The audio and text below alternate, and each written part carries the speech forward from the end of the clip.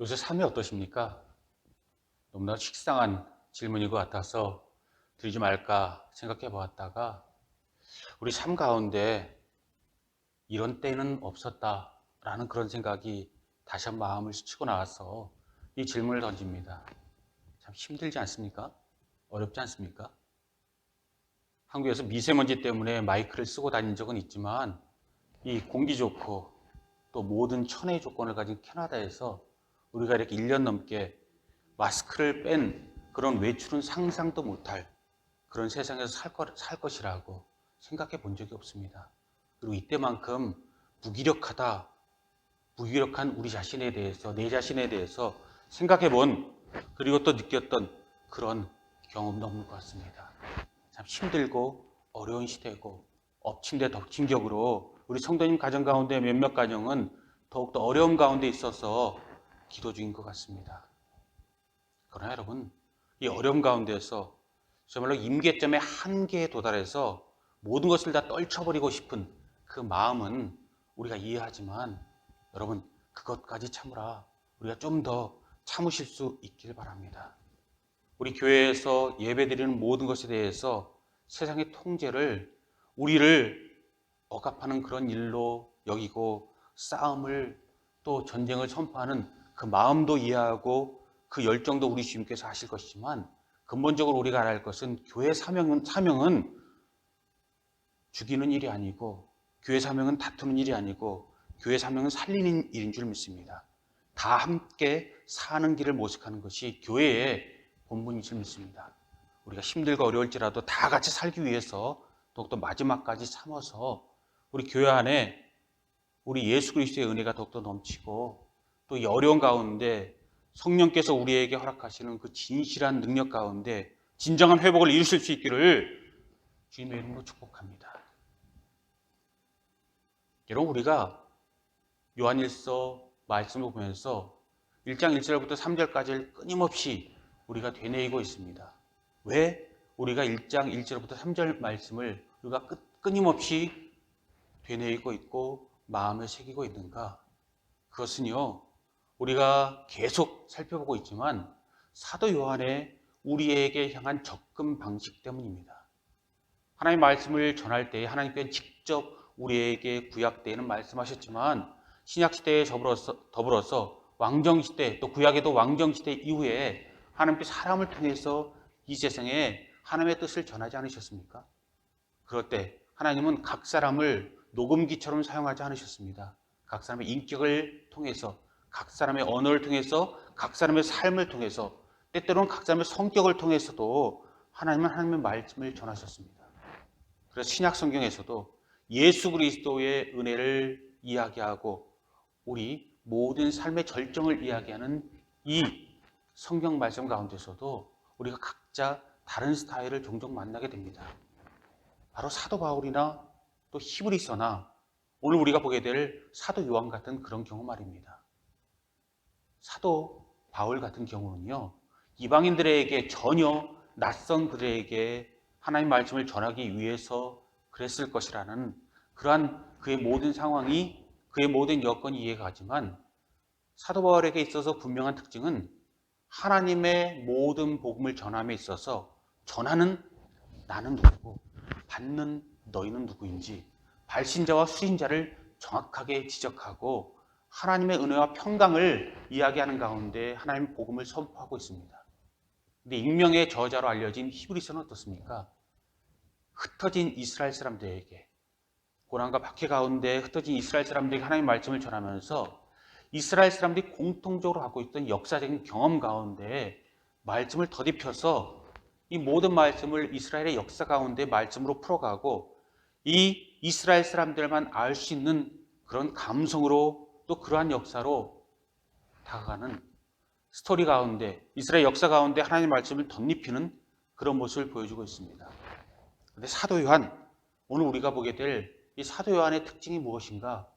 여러 가지 특징을 이야기할 수 있지만 한 가지만 말씀드리고 싶은 것은요, 사도 바울의 모든 것과 또 이 히브리서의 저자와 분명히 다른, 분명히 확실한 색깔로 우리가 알아야 될 사도 요한의 특징은요, 이른바 돌직구 스타일이라는 것입니다.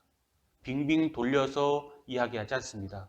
물론 하나님의 모든 말씀을 가지고 나선형으로 같은 말씀을 A라는 측면에서 B라는 측면에서 C라는 측면에서 돌려서 이야기하는 동양적인 나선 구조를 가지고 있는 것은 맞습니다.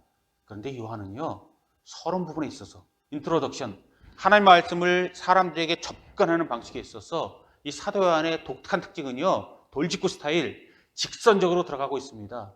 여러 가지 가타부타, 내가 누구인지, 너희가 누구인지 또 사람들에게 준비할 시간을 주고 또 준비하고 생각할 그런 시간을 주지 않고 바로 형식적인 모든 것을 생략하고 본론부터 들어갑니다. 직접적으로 들어갑니다.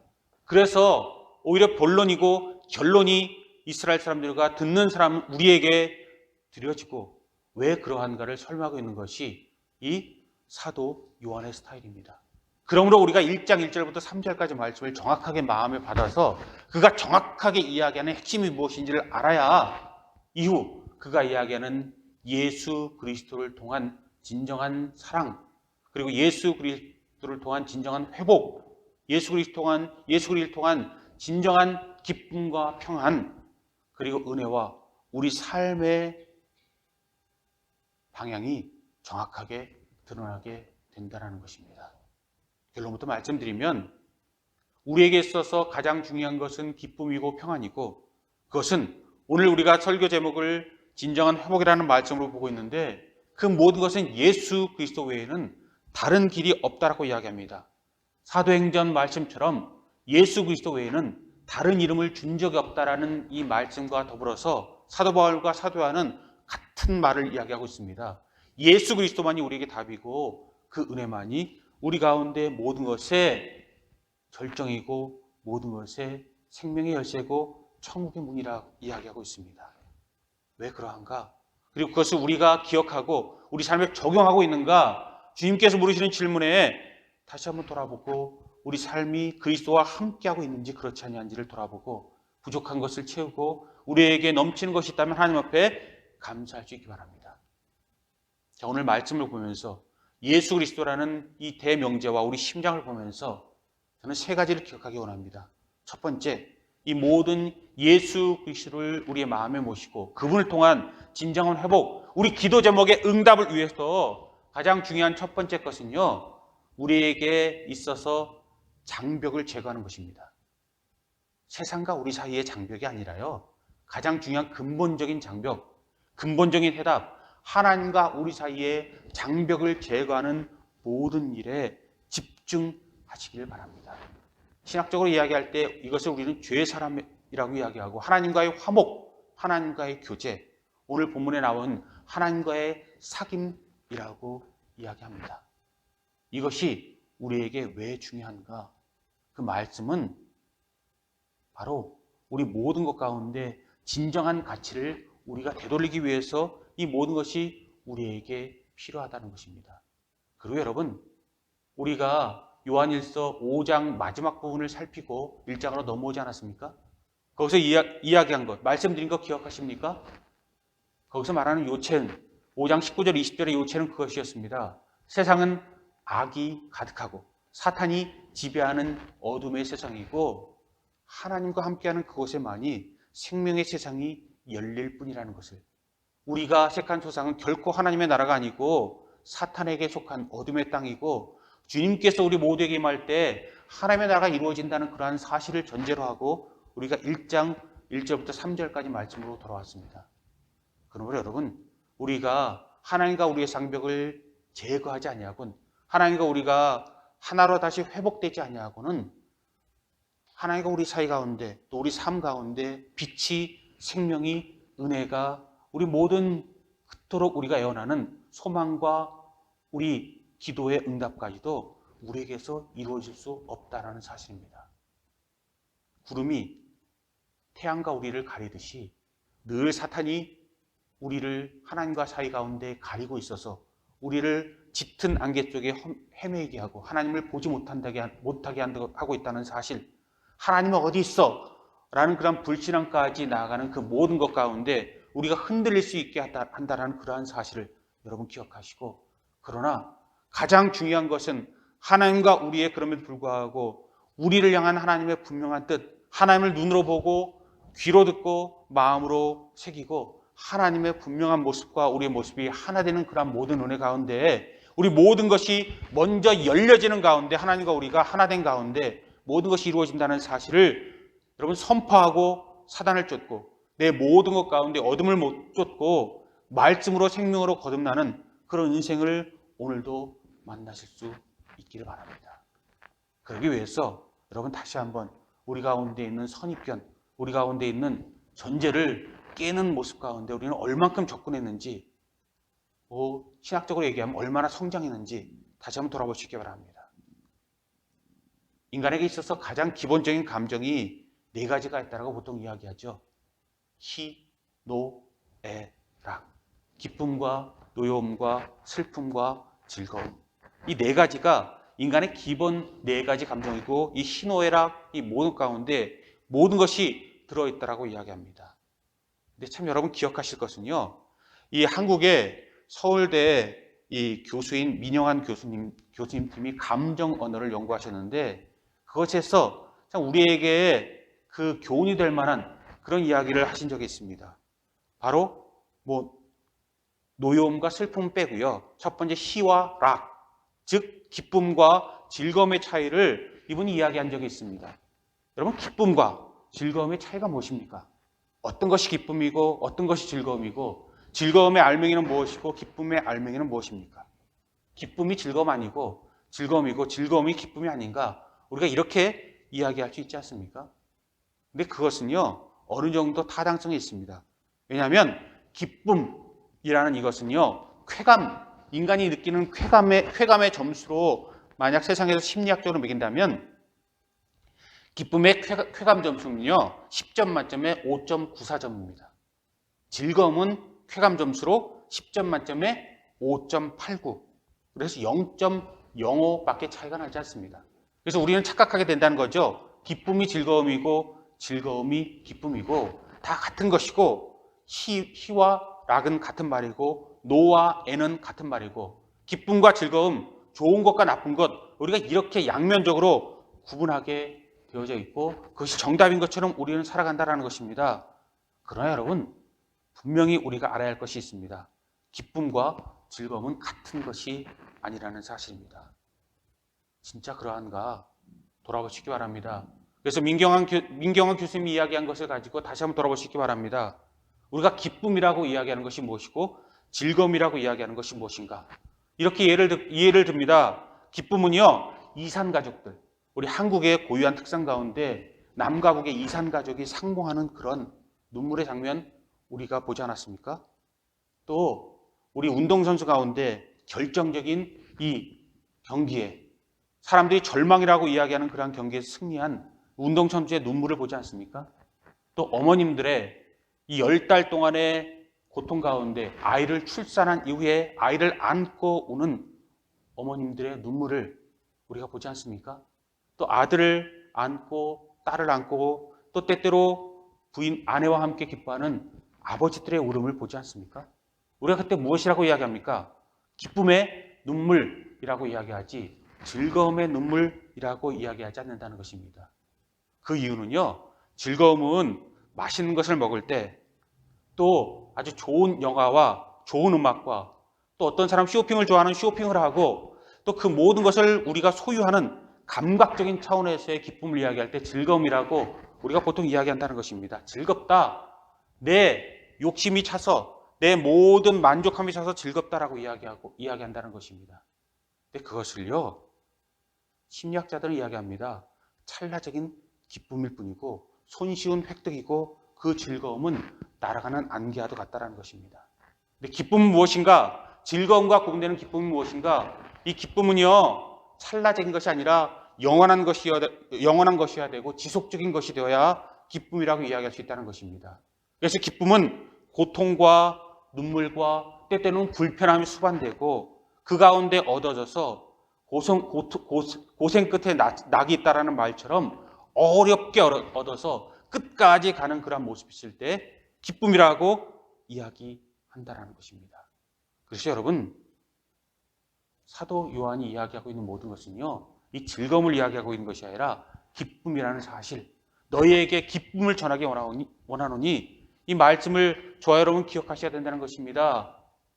말씀은 제가 서두에 말씀드린 것처럼 우리 교회 사명과 우리 말씀과 하나님은 살리시는 영이라서 우리는 생명과 만나합니다.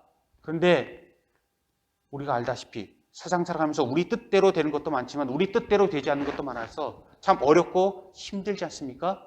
그때 성경 말씀은 또한 어려움 당하는 가운데 그렇지만 가장 고상한 것과 생명을 찾는 우리 가운데 위로를 베풉니다. 그 위로 가운데 하나님께서 과연 우리에게 베푸시는 것이 쾌락적이고 순간적이고 감각적인 차원에서 즐거움이 되지 않길 바랍니다. 하나님께서 우리에게 베푸시는 것은 진정한 기쁨이 되기 원합니다. 비록 우리 가정에 힘들고 어려운 일이 있어도 첩첩산 중 한 고비를 넘기면 또 어려움이 당하고 또 어려움이 당하고 이렇게 전 세계 인구가 꼼짝 못하고 잡혀있는 이 순간 그 모든 더딘 회복에도 불구하고 주님께서 우리에게 허락하시는 결국 그래서 모든 것이 합력하여 선을 이루게 하시는 하나님의 은혜를 만나실 수 있기 바랍니다. 그러기 위해서 더욱더 근본적인 건 세상에서 답을 찾지 아니하고 하나님과 우리 사이에 진정한 회복, 사귐 그리고 하나님과 우리 사이에 장벽이 있다면 그것을 깰 수 있기 바랍니다. 그리고 그 가운데 비치는 하나님의 영적 진리의 햇빛을 만나기 원합니다. 그러므로 사도 요한은 요한복음 14장 27절에 이렇게 이야기합니다. 평안을 너희에게 끼치노니 곧 나의 평안을 너희에게 주노라. 내가 너희에게 주는 것은 세상에 주는 것과 같지 아니하니라. 너희는 마음에 근심하지 말고 두려워하지 말라. 요한복음 16장 33절에 이야기합니다. 이것을 너희에게 이르는 것은 너희로 내 안에서 평안을 누리게 하려 함이라. 세상에서는 너희가 환난을 당하나 담대하라. 내가 세상을 이기었노라. 여러분 믿습니다. 입으로 고백하는 것이 아니라 믿음을 하나님 앞에 보이실 수 있길 바랍니다. 저도 못하고 여러분도 못하는 일입니다. 그러나 여러분 힘써서 우리가 하나님 앞에 기쁨이 고통과 불편과 어려움을 수반해서 어렵게 얻어지는 생명의 씨앗인 것처럼 하나님 앞에 힘든 일이지만 하나님 앞에 의지하고 하나님 앞에 더욱더 매달리고 모든 것 가운데서도 우리가 엘리야의 고백처럼 세상에 나만 혼자 남은 것 같은 외로움과 고독 속에서도 하나님 앞에 메어 달려서 이 모든 것을 이룰 수 있는 그런 가장 귀한 것을 하나님께 우리가 허락하셨을 때 진정으로 기쁠 수 있는 그 은혜를 그리고 그 기쁨 가운데 회복을 진정한 회복을 예수 그리스도의 은혜를 우리가 선포할 수 있는 저와 여러분들 될 수 있기 바랍니다. 두 번째 우리가 본문에서 만날 수 있는 하나님의 뜻이 무엇일까요? 그것은 바로 하나님과 우리가 같아져야 된다는 것입니다. 여러분 그게 무엇일까요? 사귐은 같아진다는 것을 의미한다라고 저는 믿습니다. 우리가 사랑하는 연인들을 보면 사랑하는 남녀들을 보면 그리고 같은 동성끼리도 같이 오랜 시간을 보내고 감정을 나누다 보면 닮아지는 것을 우리가 종종 보게 됩니다. 진정한 우정을 나누는 친구들끼리도 닮아집니다. 생각하는 것 자체가 닮아지고 모습까지도 닮아져서 형제가 아니냐고 자매가 아니냐고 이야기하는 이야기를 아주 친한 그런 그 최상의 친구들 가운데 우리가 종종 보게 됩니다. 부부도 마찬가지죠. 살아가다 보면 부부가 닮아져서 부부를 이 남매로 보는 그런 경우도 종종 보고 저도 가장 친한 친구와 제 스스로도 많이 우리가 함께함으로 닮아져 갔던 그런 경험, 우리 가족 간에도 닮아져가는 그런 경우를 종종 보고 내가 너 같고 너가 나 같은 그런 모습을 종종 보게 되고 또 느끼게 되고 경험합니다. 여러분도 마찬가지일 것입니다. 내가 우리 부모에게 있어서 아니라고 이야기할지라도 우리 자녀에게 아니라고 이야기할지라도 나도 모르게 어느 날 거울을 보면 닮아있는 우리 모습을 우리는 늘 보게 되는 그 영원한 진리입니다. 할 수 없이 함께 살아가는 사람은 닮아지게 되어져 있다는 것입니다. 여러분 이것을 성경 말씀에 적용하고 하나님 말씀에 적용하고 그 은혜를 우리 가운데 적용하여서 가장 귀한 것을 얻으시기 바랍니다. 장벽이 허물어졌습니까? 장벽을 허물기 원하고 하나님 앞에 나아가기 원하고 하나님 말씀 가운데 보기 원하십니까? 듣기 원하십니까? 느끼기 원하고 하나님과 손잡고 최소한 하나님의 옷자락이라도 만져서 그 능력이 우리 가운데 생명의 씨앗이 되기 원합니까? 그렇다면 주님과 우리가 말씀을 보면서 얼마나 닮아가고 있는지 거울을 통해서 내 얼굴에 내 마음에 주님의 형상이 드러나고 있는지 그렇지 않은지 돌아보실 수 있기 바랍니다. 내 얼굴에 언뜻 주님의 형상이 스쳐 지나간다면 우린 제대로 된 길을 가고 있는 것입니다.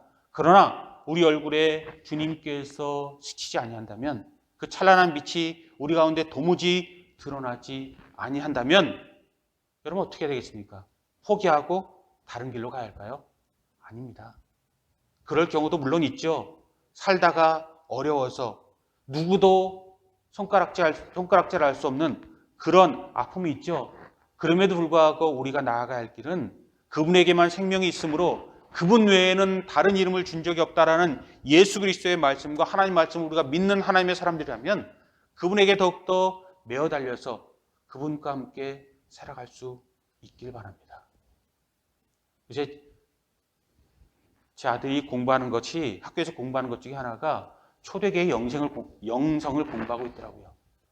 초대교회의 영성, 가장 순수했던 모든 박해와 어려움 가운데서 순수했던 그 사람들의 그 이야기와 그 사람들의 사적을 그 사람들의 모든 역사와 스토리를 공부하고 있는 가운데 저도 같이 공부를 하고 있습니다. 특별히 지난 주간에는 키프리안이라는 그 카르타고 북아프리카의 감독이었던 이 키프리안에 대해서 공부하는 그것을 보면서 저 또한 은혜 받은 적이 있습니다. 키프리안은 아시는 분도 있겠지만 AD 200년에서 258년까지 58년의 인생을 살았습니다. 북아프리카 카르타고에서. 그는 이방에 유복한 사람이었지만 예수 그리스도를 만나서 예수 그리스도의 사람이 된 사람입니다. 그 결정적인 이유가 세상의 타락과 세상의 더러움 가운데 회의감을 느끼는 그에게 하나님께 생명의 말씀을 주셨다는 것이죠. 그래서 비록 늦게 시작한 그지만 하나님께 그를 사용하셔서 마치 사도 바울을 이용하신 것처럼 그에게 함께 하셔서 그에게 세례를 받게 하고 그에게 있어서 교회의 직분을 맡게 하고 결국은 그가 교회 같은 성도들의 투표를 통해서 감독의 자리까지 오르게 됩니다.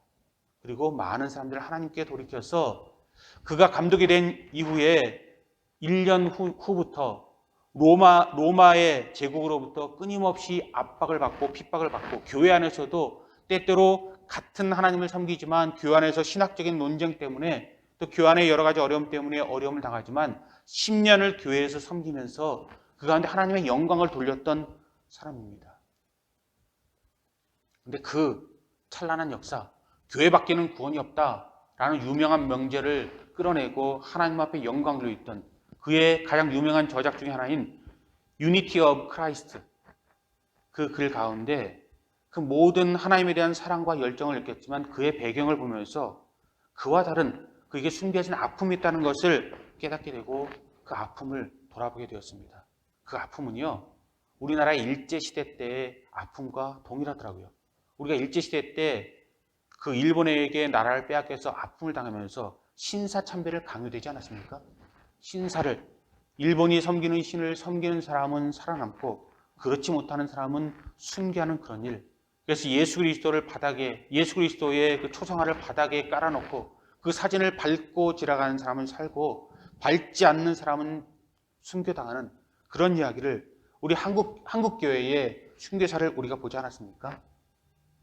이 카르타고에서도 이 북아프리카에서도 같은 그런 일이 AD 3세기에 일어났더라고요.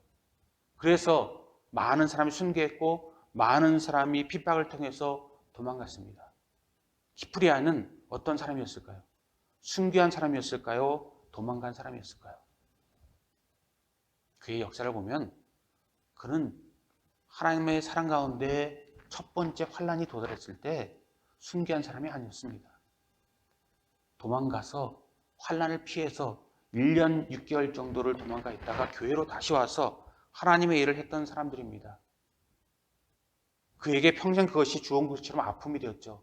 그리고 그뿐만이 아니라 이것이 교회의 문제가 되었습니다. 한국 교회에 이 예수를 믿다가 감옥에 갔다 돌아온 분들과 그렇지 아니한 분들과 다툼이 있어서 고신파와 또 개신교파가 나눠진 것처럼 이 카르타고의 교회 안에서도 그 아픔이 있었습니다. 다시 돌아온 사람들을 어떻게 배교하고 떠났던 그 사람들을 어떻게 용납하고 함께 예배를 드릴 수 있을 것인가? 그래서 그들의 의견이 둘로 나뉘고 그들의 모든 모습, 예수님을 배반했다가 돌아왔던 사람은 교회 안에 힘 있는 사람들을 찾아갔습니다. 힘 있는 감독들을 찾아갔습니다.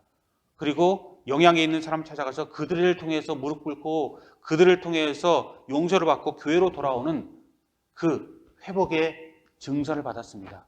그리고 그 증서를 교회 안에서 힘이 있고 유력했던 사람은 그 증서를 배포하는 것이 그들의 권리고 힘이고 그들이 그 임명장을 그들에게 주면 그들이 살 수 있다라는 그런 생각이 교회 안에 있었고 실제로 그런 일이 일어났습니다. 그래서 심한 경우에는 실제로 회복하고 돌아온 사람도 있었지만 그 면죄부를 사는 것처럼요. 그 가짜 명부를 돈 주고 사는 일도 그 가운데 일어났던 것 같습니다. 키프리아는 어떤 쪽을 택했을까요? 그때 가장 영향력을 미쳤던 로마의 주교는요. 이 임명장을 가지고 교회 안에 들어온 사람들을 차별하지 말라라는 공식적인 그런 성명서를 내놓았습니다. 그런데 이 카르타고의 감독이었던 키프리아는요. 자기 자신이 부끄럽고 자기 자신도 그렇게 되면 편했겠지만 다른 길을 갔습니다. 설령 그런 회복의 증서를 받았을지라도 하나님을 배반하고 나갔다 돌아온 사람은 참회의 기간을 갖을 필요가 있다. 다시 이 이단들로부터 받은 세례를 받느냐 마느냐, 그래서 그 세례 문제로 그 교회가 흔들릴 때 그는 세례 문제를 차치하고라도 다시 돌아온 사람들에게 적어도 하나님 앞에 돌아와서 하나님 앞에 회개하는 일정 기간의 그 회개 시간을 갖는 것이 그들에게 필요하다라는, 좌로도 우로도 치우치지 않냐는 어떤 면에서 중보의 길을 갖고 그 스스로도 그 길을 갔습니다. 아픔을 숨기지 아니하고 하나님 앞에 내어놓고 주님께 거짓말하지 아니하고 가면 쓰지 아니하고 주님 앞에 나아가서 진정한 회복을 꿈꿨고 하나님과 하나님을 꿈꾸고 그것이 교회의 가장 아름다운 덕이라고 생각했습니다. 결국 이 다툼이 지나가고 로마 감독이 아니라 이 카르타고 감독이었던 이 키프리안처럼 하나님 앞에 진정한 회복이 일어나고 주님 앞에 새롭게 출발하는 사람들로 인하여 교회의 전통이 후대에게 이어지게 되었습니다. 그렇습니다, 여러분. 우리가 여러 가지 어려움 가운데 실수할 수 있고 우리가 넘어질 수 있습니다. 하나님 향해서 손가락질할 수 있고 이것이 무엇입니까? 분노할 수 있습니다. 그러나 여러분, 이 우리가 분노하고 몸부림치는 모든 것, 하나님의 뜻을 따르지 못하는 우리의 한계라는 것을 기억하고 주님과 같아지는 것에 우리가 더욱더 우리의 열심을 낼 수 있기 바랍니다. 오늘 주보에 나눠드린 주님은 나의 최고의 말씀을 이번 주에 가서 집에서 꼭 한번 읽어보시고 묵상해 보실 수 있기 바랍니다. 오늘 시간 관계상 그 말씀을 보지 않겠지만 우리가 정말 하나님 앞에 몸부림치고 그분 앞에 우리가 분노하는 그것이 어떤 것을 의미하는지 여러분 기억해 보시기 바랍니다. 내 모든 하나님 앞에서의 나의 분노함이, 나의 화냄이, 나의 모든 것이 어떤 것을 추구하고 있는지를 돌아보시기 바랍니다.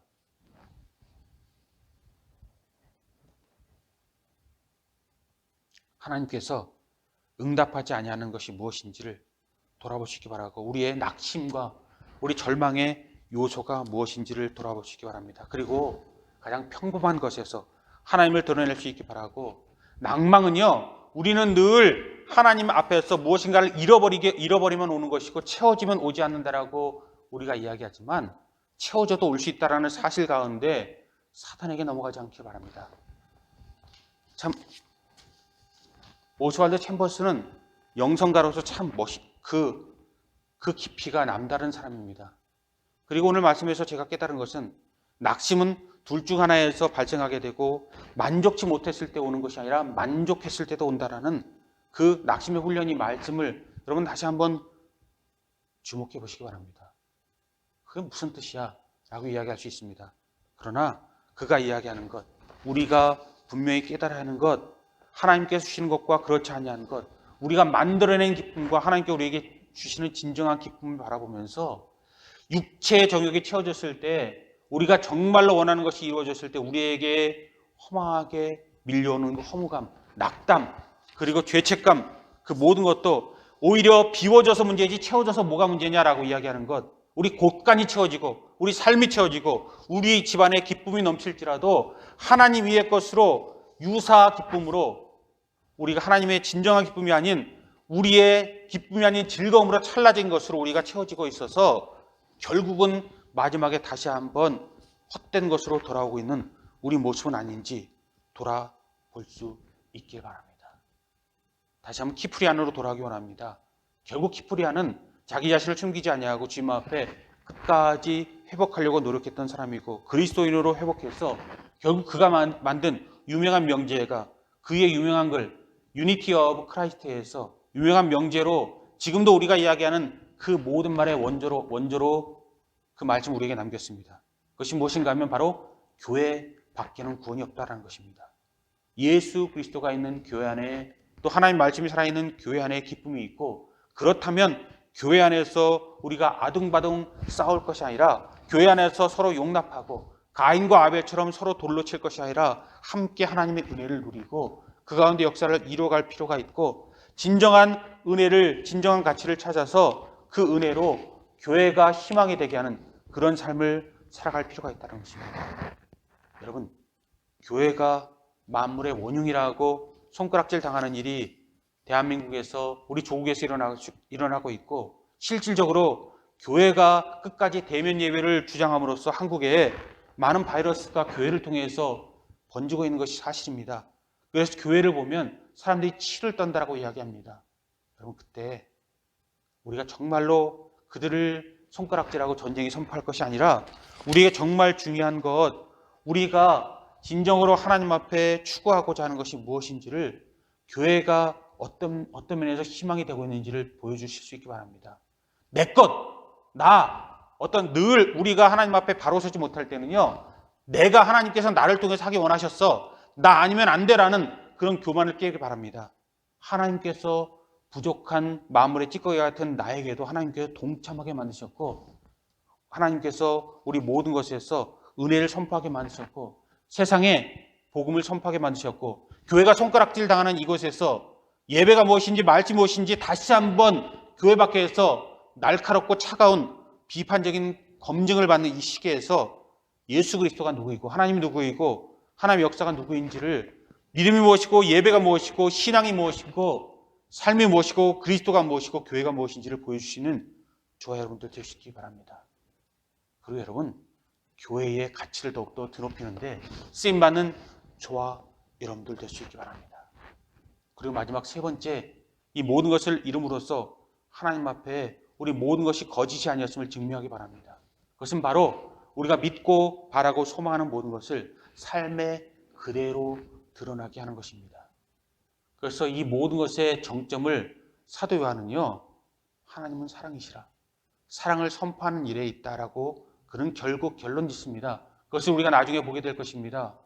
그러나 여러분, 사랑의 하나님을 그가 이야기하는 데 있어서 어떻게 우리가 사랑할 것인가, 그 모든 면에 있어서 고린도전서 13장을 믿음, 소망, 사랑 가운데 그 중에 제일은 사랑이라 말씀하신 그 사랑을 저 여러분들 기억하시고, 교회가, 우리가 그토록 세우는 교회가 하나님 앞에 드려져서 하나님, 내가 하나님 앞에 부끄럽지 아니하였습니다라는 그런 고백을 드릴 때에 그 고백에 무엇이 마지막 하나님 앞에 드릴 수 있는 한 줄 우리의 신앙인지를 돌아볼 수 있기 바랍니다.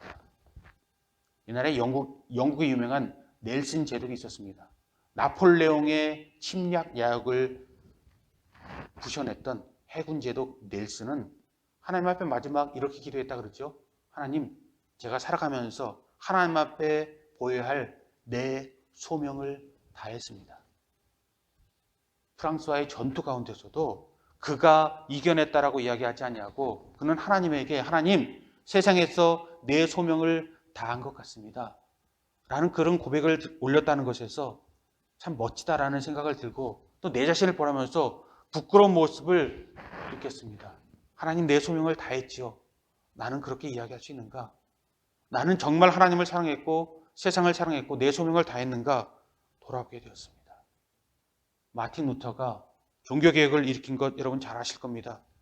그가 이야기한 것이 무엇이었습니까? 여러 가지가 있지만 교회에 대해서, 교회 갱신에 대해서 얘기하면서 그가 남긴 유명한 명제가 있습니다. 교회, 개혁되어져야 된다. 개혁되는 개혁교회라고 이야기하지만 그의 핵심은 이것이었습니다. 교회는 새로워야 되지만 가장 중요한 내가 말하고 싶은 것 한 가지를 더 줄여서 이야기하자면 중심은 교회가 아니다. 중심은 예수 그리스도다. 그렇습니다.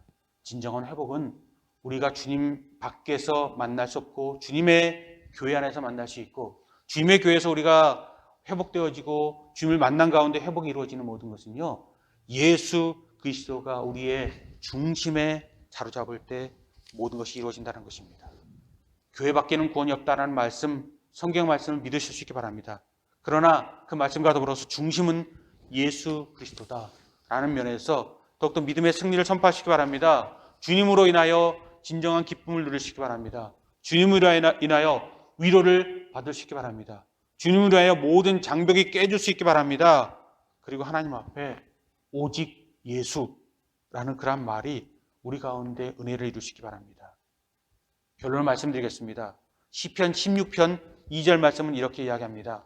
내가 여호와께 아뢰되 주는 나의 주님이시오니 주님 밖에는 나의 복이 없다 하였나이다. 내가 여호와께 아뢰되 주는 나의 주님이시오니 주 밖에는 나의 복이 없다 하였나이다. 교회가 우리에게 은혜의 통로입니다. 그런데 가장 중요한 것, 교회가 은혜의 통로가 되어지는 것 안에서 더욱더 그 중심을 이루고 있는, 핵심을 이루는 주님께서 우리의 축복의 통로가 되어주고 우리에게 은혜의 통로가 될 수 있기 바랍니다. 찰나적인 기쁨, 찰나적인 즐거움, 기쁨이 아닌 즐거움에 마음을 빼앗기지 않기 바랍니다. 진정한 기쁨 가운데 진정한 것을 누릴 수 있기 바랍니다. 쉽게 얻는 것에 마음을 두는 것이 아니라 어렵게 얻는 것에 마음을 두시기 바랍니다. 하나님께서 감동할 만한 우리 모든 어려움 가운데서도 끝까지 포기하지 아니하고 하나님께 나가서 하나님이 즐거워할 만한, 하나님께 영광 받으실 수 있는 그런 믿음으로 나가서 그 모든 믿음으로 우리에게 베푸시는 하나님의 역사를 이루실 수 있기 바랍니다. 신약성경에 4가지 마음의 밭이 있다라고 이야기하지 않습니까? 길가에 떨어진, 가시덤불에 떨어진, 그리고 돌밭에 떨어진, 옥토에 떨어진 그 밭을 이야기하면서 어떤 분들은 신학적으로 이야기할 때 이렇게 이야기합니다. 예수 그리스도는 그럼에도 불구하고 실패하는 자를 마음에 두셨을 것 같다. He think about like a failure. 하나님 말씀이 모든 사람의 마음에 떨어져도 실패할 사람들, 어쩌면 100%의 사람 중에서 25%만 수확을 거두게 될 것을 예수님께서 아시고 선포하셨을지도 모른다 라는 그런 이야기를 이야기하는 그런 신학자와 신학적인 경향이 있습니다. 마틴 로이드 존스 목사님 그래서 이야기합니다. 교회 밖에서 아무리 하나님을 찾더라도, 아니 교회 안에서도 하나님을 찾더라도 비그리스도인은, 진정한 하나님의 사람이 아닌 사람에게는 하나님의 역사가 일어나지 못한다. 십계명이 되었건 산상수훈이 되었건 어떤 것도 그들에게 일어나지 못한다. 복음이 그렇게 그들에게 들어가서 새로운 생명이 되었을 때 산상수훈도 십계명도 그리고 하나님 모든 율법도 말씀도 그에게 들어가서 역사를 일으키는 것이지, 하나님의 모든 사람들에게 말씀은 별개의 것이다. 그리고 그러므로 우리는 하나님의 말씀을, 복음을 선포하는 일에 교회의 사명을 삼고 그 복음으로 내 자신을 돌아봐야 할 것이다 이야기한 적이 있습니다. 그렇습니다, 여러분. 아무리 복음이 떨어져도 돌밭이 되고 가시덤불이 되고 버려지는 75%가 되어서 수확을 거두지 못하는 우리가 아니라 하나님 말씀을 옥토에 받아서 결실을 맺을 수 있고, 그래서 마지막 하나님으로부터 은혜를 받고 하나님으로부터 감사를 받고 하나님 앞에 기쁨을 보고 노여움 가운데 사그러지는 인생이 아니라 기쁨 가운데 하나님과 함께 영원히 웃을 수 있고 기뻐할 수 있고 뜨거워질 수 있기를 주님의 이름으로 축복합니다.